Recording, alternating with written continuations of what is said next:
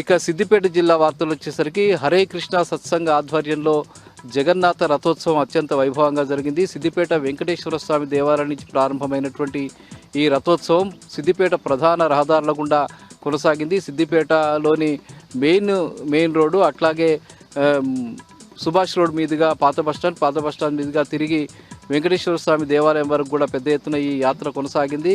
యాత్రలంతా కూడా పెద్ద ఎత్తున సిద్దిపేటకు సంబంధించిన భక్తులు, పట్టణ ప్రజలు, ప్రముఖులు పాల్గొన్నారు. ఈ యాత్రని స్థానిక మాజీ మున్సిపల్ చైర్మన్ కడవేరు రాజనర్స్ ప్రారంభించారు. ముఖ్యంగా చాలామంది ఈ ప్రాంతానికి సంబంధించిన ఆధ్యాత్మికవేత్తలు, హరే కృష్ణ సత్సంగ్ సంబంధించిన ప్రతినిధులు ఈ కార్యక్రమంలో పాల్గొన్నారు. పెద్ద ఎత్తున ఈ కార్యక్రమం విజయవంతం కావడం పట్ల నిర్వాహకులు ఆనందం వ్యక్తం చేశారు.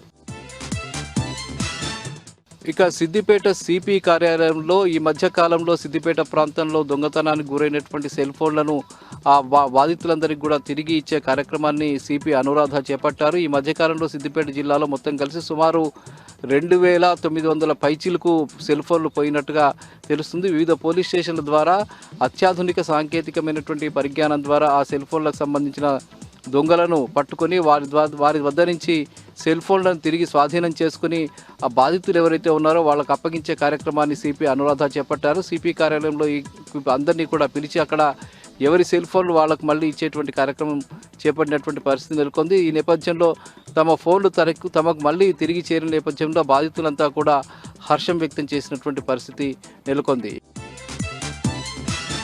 ఇక సిద్దిపేట కలెక్టరేట్లో ఈరోజు ప్రజావాణి కార్యక్రమం జరిగింది. ముఖ్యంగా ఈ ప్రజావాణి కార్యక్రమానికి సిద్దిపేట జిల్లా వ్యాప్తంగా ఉండేటువంటి ప్రజలంతా కూడా అక్కడికి వచ్చి ఆర్జీలు పెట్టుకున్నారు. వివిధ సమస్యల మీద పెద్ద ఎత్తున వచ్చినటువంటి ప్రజలు అక్కడ ఆర్జీలు పెట్టుకున్నటువంటి పరిస్థితి.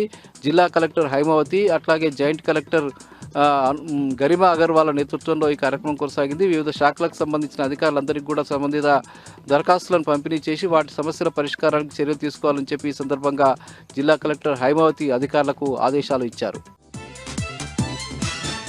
సిద్దిపేట అంబేద్కర్ చౌరస్తాలో ఈరోజు ఎంఆర్పిఎస్ ఆధ్వర్యంలో ఆనందోత్సవాలు జరిగాయి. ముఖ్యంగా ఇటీవల నిర్వహించినటువంటి బెస్ట్ అవైలబుల్ స్కూళ్ళకు సంబంధించిన ఎంపిక ప్రక్రియలో మాదిగ రిజర్వేషన్స్ని అమలు చేసిన నేపథ్యంలో మాదిగ విద్యార్థులకు అనేక మందికి అందులో ప్రవేశాలు లభించిన నేపథ్యంలో పెద్ద ఎత్తున మాదిగ రిజర్వేషన్ పోరాట సమితికి సంబంధించిన నాయకులు అక్కడ సంబరాలు జరిపారు.